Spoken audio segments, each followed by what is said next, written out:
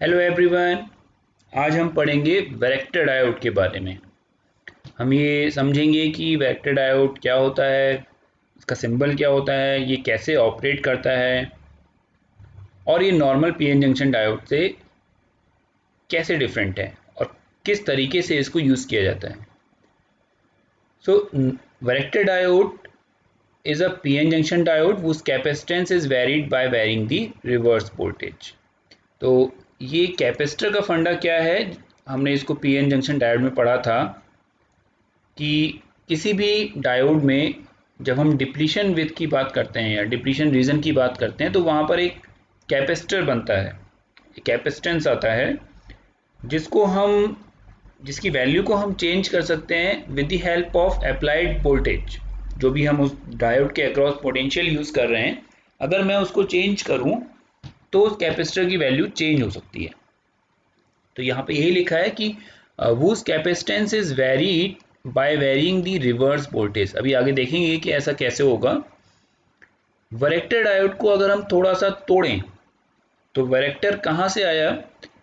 Varactor को कहा जाता है वेरिएबल कैपेसिटर। तो वेरिएबल का 3 अल्फ़ाबेट स्टार्टिंग के ले लीजिए और कैपेसिटर के लास्ट के अल्फ़ाबेट्स ले लीजिए और उन्हें कंबाइन करके नाम दिया गया वैरेक्टर। सो वैरेक्टर डायोड का मतलब है वेरिएबल कैपेसिटर। और ये कहाँ काम करता है, कब काम करता है? रिवर्स बायस में। क्योंकि रिवर्स बायस के कंडीशन में ही आपकी जो डिप्लीशन विथ है वो इंक्रीज करती है। अगर आप फॉरवर्ड बायस देखें तो फॉरवर्ड बायस में जब भी आप पोटेंशियल अप्लाई करेंगे तो डिप्लीशन विथ आपकी रिड्यूस हो जाएगी। Okay, so vector diode acts like a variable capacitor under reverse bias condition। इसको और भी कई नामों से बुलाया जाता है। आप इसे ट्यूनिंग डायोड कह सकते हैं, variable reactance diode, very cap diode और वेरिएबल कैपेसिटेंस डायोड। तो इन जनरल जो जनरलाइज्ड नेम है दैट इज वैरेक्टर डायोड। अगर हम इसके सिंबल की बात करें तो ये नॉर्मल पीएन जंक्शन है। देखिए जैसे नॉर्मल पीएन डायोड होता है आपका, बट क्योंकि हम इसमें कैपेसिटर की बात करते हैं तो हम यहाँ पर एक कैपेसिटर का सिंबल आगे लगा देते हैं।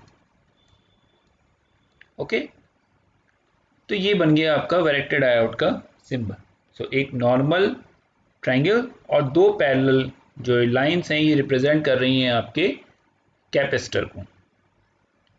ओके, सो कैपेसिटर में क्या होता है, दो लाइन, ये पैरेलल जो प्लेट्स हैं कंडक्टिव प्लेट्स और उनके बीच में डाइलेक्ट्रिक। तो वही चीज यहाँ पर है। So these two parallel lines at the cathode side represent two conductive plates and the space between these two parallel lines represent dielectric। तो इसके बीच में जो है वो डाइलेक्ट्रिक है और ये दो पैरेलल लाइंस आपकी जो है ये कंडक्टिव प्लेट्स को रिप्रेजेंट कर रही है। तो ये आपका वैरेक्टर डायोड का सिंबल है।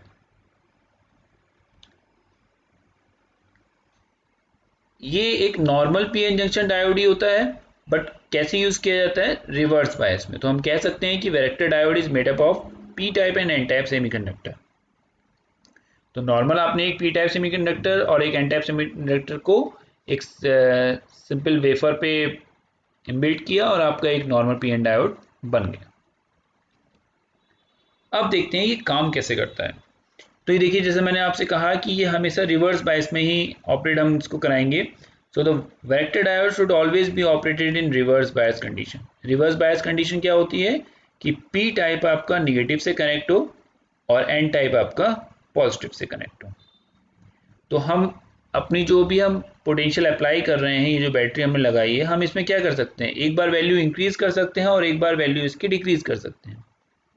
ओके, तो अगर मैं रिवर्स बायस वोल्टेज को डिक्रीज करता हूं तो डेफिनेटली क्या होगा, जो डिप्लीशन विड्थ है वो डिक्रीज हो जाएगी। तो देखिए अगर आपने कम, जैसे सपोज आपने पीएन जंक्शन डायोड बनाया, रिवर्स बायस में आपने स्टार्टिंग में वैल्यू कम रखी तो डिप्लीशन विड्थ क्या होगी, कम होगी। ये जो डिस्टेंस होगी ये कम होगी, W। ओके, लेकिन जैसे ही आप इस पोटेंशियल को इंक्रीज करेंगे तो यहाँ देखिए high reverse bias voltage small capacitance, low reverse bias voltage large capacitance.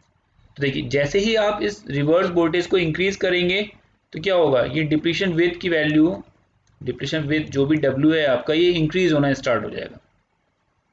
Okay, तो अब यहाँ पे ये सब क्या है, इमोबाइल चार्ज कैरियर, जिन्हें हम ऑलरेडी पीएन डायोड की यूनिट में पढ़ चुके हैं, लेक्चर्स में हमने समझा है ये डिप्लीशन विड्थ कैसे इंक्रीज होती है, कैसे डिक्रीज होती है। अब देखिए इससे कैपेसिटर पे क्या फ़र्क पड़ेगा। तो हमने एक फॉर्मूला पढ़ा है C equals to epsilon A upon W।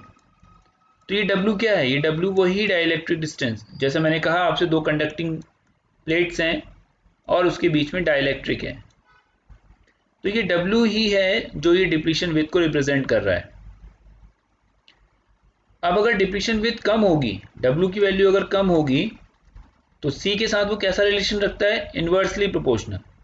तो अगर W कम है तो C की वैल्यू क्या होगी, इंक्रीज होगी। इट मीन्स अगर W की वैल्यू कम है तो आपको कैपेसिटर ज़्यादा मिलेगा, और W की वैल्यू कम कब है, जब आपने रिवर्स बायस वोल्टेज जो भी अप्लाई की है उसकी वैल्यू क्या है, कम है। अगर मैं हाई रिवर्स बायस वोल्टेज की बात करूं तो W की वैल्यू क्या हो जाएगी, इंक्रीज।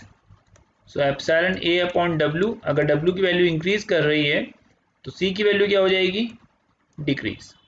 इसका मतलब कैपेसिटर की value small. So small capacitance, when we increase the reverse bias voltage, the value of W will increase and the value of C will decrease.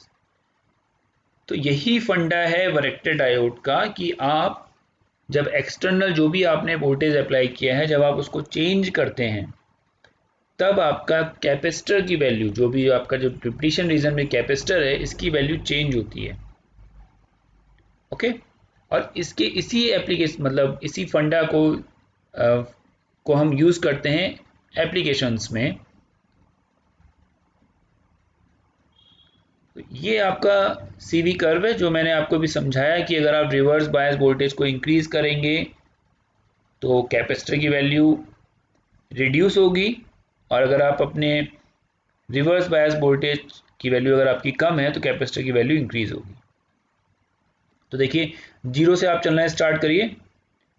अभी आपकी रिवर्स वोल्टेज वैल्यू क्या है, कम है इस रीजन में, तो कैपेसिटर की वैल्यू इंक्रीज है, इंक्रीज इन द सेंस मतलब ज़्यादा वैल्यूज हैं यहाँ पे।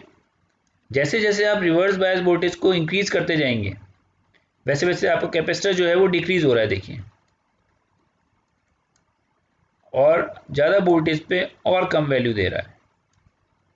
सो जब आप रिवर्स वोल्टेज को इंक्रीज करेंगे कैपेसिटर आपका डिक्रीज हो जाएगा। तो यही यहाँ पे लिखा गया है इन दो लाइंस में, और कैपेसिटर आपका वेरी करता है जब आप वोल्टेज को वेरी कराते हैं। ओके, सो ये capacitor is varies when the voltage is varied, इसीलिए इसको वेरिएबल कैपेसिटर डायोड बोला जाता है। ओके, अगर हम एप्लीकेशंस की बात करें वैरेक्टर डायोड के, तो ये फ्रीक्वेंसी मल्टीप्लायर, वोल्टेज कंट्रोल ऑक्सीलेटर्स, ये आप आगे वाले सेमेस्टर्स में पढ़ेंगे जब हम VCO की बात करेंगे, कम्युनिकेशन में यूज़ किया जाता है इसको, तो वहाँ पे वैरेक्टर डायोड का यूज़ होता है। तो ये चीज़, ये एप्लीकेशन हम वहाँ पर देखेंगे, इसको हम फ्रीक्वेंसी मल्टीप्लायर्स में यूज़ करते हैं। आज के लेक्चर में हमने ये समझने की कोशिश करी कि वैरेक्टर डायोड बेसिकली होता क्या है, पीएन जंक्शन की किस प्रॉपर्टी को यूज़ किया जाता है, इसको वेरिएबल कैपेसिटर डायोड क्यों बोला जाता है, और कैपेसिटर की वैल्यू चेंज कैसे होती है with respect to the applied voltage. So voltage increase करेगी, डिप्लीशन विड्थ इंक्रीज होगी, कैपेसिटर की वैल्यू डिक्रीज होगी। सिंपल सा फंडा जो मैंने आपको यहाँ फिगर से समझाया, इन फिगर्स को आप याद कर लीजिए, ये फॉर्मूला आपको याद होना चाहिए C equals to epsilon A upon W, और आपको बात समझ में आ जाएगी कि कैसे आप पोटेंशियल इंक्रीज कर रहे हैं तो विड्थ इंक्रीज हो रही है और कैपेसिटर की वैल्यू डिक्रीज हो रही है। ओके, सो आज के लेक्चर में हमने वैरेक्टर डायोड पढ़ा, तो आज के लिए इतना ही। Thank you.